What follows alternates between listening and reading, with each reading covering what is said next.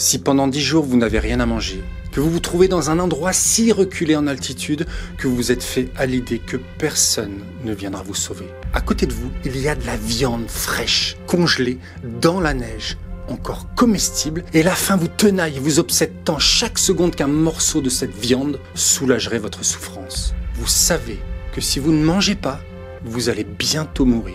Problème, la viande dans la neige sont des êtres humains que vous avez côtoyés vivants quelques jours auparavant. Que feriez-vous ?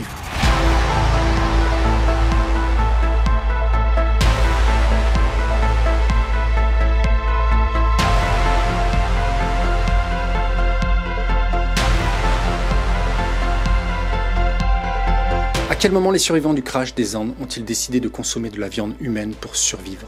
Voici l'épisode 2 des survivants de la Cordillère des Andes.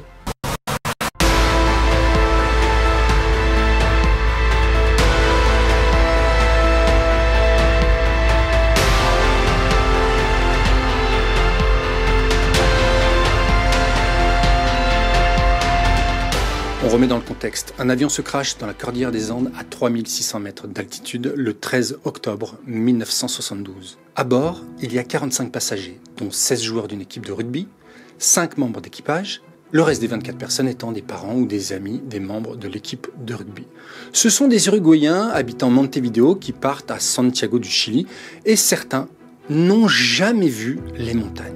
Le crash est déjà une épreuve physique et psychologique qui va générer un choc et un stress intense. Il y a des morts, il y a des blessés, il y a le choc, il y a la confusion, il y a le stress, il y a le froid, il y a l'énervement, il y a la souffrance. On peut énumérer encore et encore. Donc déjà, on ne peut pas se mettre à leur place. On peut juste essayer d'imaginer. Et on va en rajouter une couche. Nous sommes à la fin de l'hiver, début du printemps, et la zone du crash est encore, en 1972, cette année-là, sous un manteau neigeux important avec plus d'1 mètre de neige dans laquelle on s'enfonce à chaque pas jusqu'en haut des cuisses et qui limite tout déplacement. Les rescapés n'ont aucun équipement de montagne et le froid est mordant avec des températures, cette année-là, descendant jusqu'à moins 30 degrés au cœur de la nuit et constamment en dessous de zéro durant les premiers jours. Certes, ils se sont réfugiés dans le fuselage de l'avion, qui est un abri sans chauffage, mais certains ont quand même des doigts, des membres qui gèlent et noircissent dès les premières heures. Et pour éviter de mourir de froid, ils doivent se donner sans cesse des coups pour activer la circulation de leur sang. On ne peut pas se mettre à leur place. On peut juste essayer d'imaginer. Et on va en rajouter une couche. La météo est désastreuse les premiers jours, tempête de neige et ciel complètement bouché. Les rescapés mal en point, transit froid et la faim faisant son apparition vont espérer que les secours arrivent rapidement. Il n'y a pas de raison qu'ils n'arrivent pas rapidement. Mais nous sommes en 1972 et les systèmes de localisation ne sont pas les mêmes qu'aujourd'hui. On peut estimer la position de l'avion lors du crash, mais on ne peut pas précisément le localiser. Il faut donc le chercher. Et comme il a neigé toute la nuit, le fuselage et les restes de l'avion sont maintenant recouverts d'une épaisse couche de neige blanche, les rendant totalement invisibles aux yeux des secours. Les rescapés vont alors tenter de connaître leur environnement en réalisant des expéditions dans la neige. Mais marcher dans une neige dans laquelle on s'enfonce à chaque pas, à 3600 mètres d'altitude, dans un environnement hostile et dangereux, quand on n'a pas de son de montagnard et sans équipement, se révèle insurmontable. Les corps s'épuisent rapidement avec le manque d'oxygène et le froid intenable fait rebrousser toutes les ardeurs à leur place. Vous auriez fait mieux? On ne peut pas se mettre à leur place. On peut juste essayer d'imaginer. Et on va en rajouter une couche.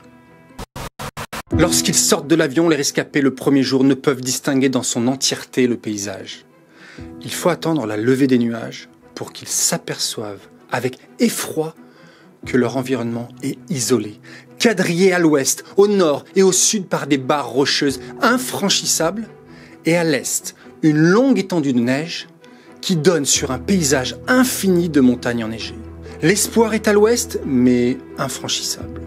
Peut-être partir à l'est, mais infranchissable également, car il faut traverser plusieurs kilomètres de neige fraîche, et on ne sait pas ce qu'il y a de l'autre côté de cette étendue. Et dans l'état d'épuisement dans lequel se trouvent tous les rescapés, ce serait tout bonnement du suicide.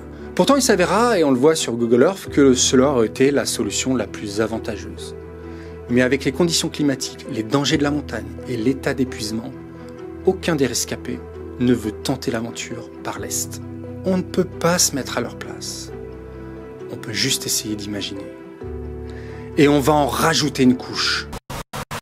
Dans l'avion, il y a du chocolat, des bouteilles de vin, un peu de confiture et quelques conserves de poisson pour 32 personnes. Autant dire que les premiers repas des premiers jours se limitent à un bout de chocolat, un capuchon de vin et une cuillère à thé de confiture ou de poisson en conserve. La faim dévorante fait vite son apparition et chacun voit ses forces les abandonner chaque jour un peu plus. Il ne faut pas être médecin pour comprendre rapidement l'issue de ce régime forcé, d'autant plus que la quantité de nourriture restante et le rationnement que s'imposent les rescapés est calculé pour tenir grand maximum une dizaine de jours. Si on ne veut pas mourir, on doit de toute urgence trouver une autre source de nourriture. Plusieurs expéditions se lancent pour retrouver la queue de l'appareil dans laquelle pourraient se trouver des victuailles. On la retrouve, mais à part un tube de dentifrice, rien. On a également retrouvé le poste de radio et un des rescapés réussit à mettre en route le signal qui permet d'écouter les communications. Et les survivants vont apprendre la terrible nouvelle.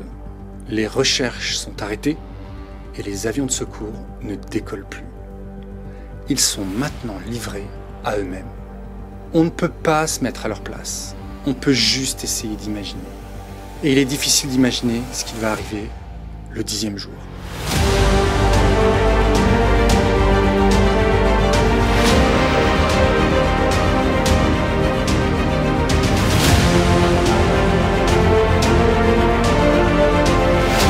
Au bout de 10 jours, les rescapés deviennent de plus en plus faibles et apathiques. La sous-alimentation entraîne de facto une baisse de morale et certains n'ont même plus le courage de sortir du fuselage.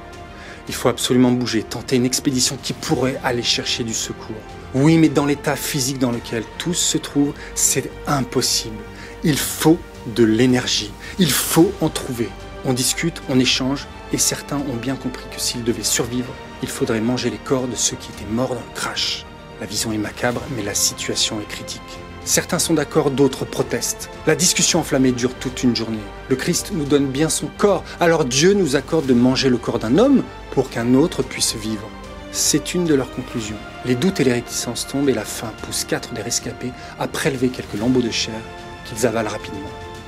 Tous, un par un, jour après jour, vont franchir le pas et les morts vont nourrir les vivants durant les 62 jours restants de leur survie. Dans le cas du crash des Andes, peut-on parler de cannibalisme ou doit-on rester sur la notion d'anthropophagie ? Eh bien, je parlerai plutôt de cannibalisme. C'est d'ailleurs le terme qui revient régulièrement. Car la définition de l'anthropophagie, c'est de manger de la chair humaine, alors que pour le cannibalisme, on ajoute la notion de groupe et de ritualisation de l'acte de manger de la chair humaine. Et c'est en fait exactement ce qu'il s'est passé durant ces 62 jours. Les rescapés ont mis en place, si je puis dire, une routine et un processus de prélèvement, de séchage et de distribution de la viande. Prochaine vidéo, podcast, un extrait du livre Les survivants de Pierce Paul Reed qui va décrire cette situation. Restez en alerte.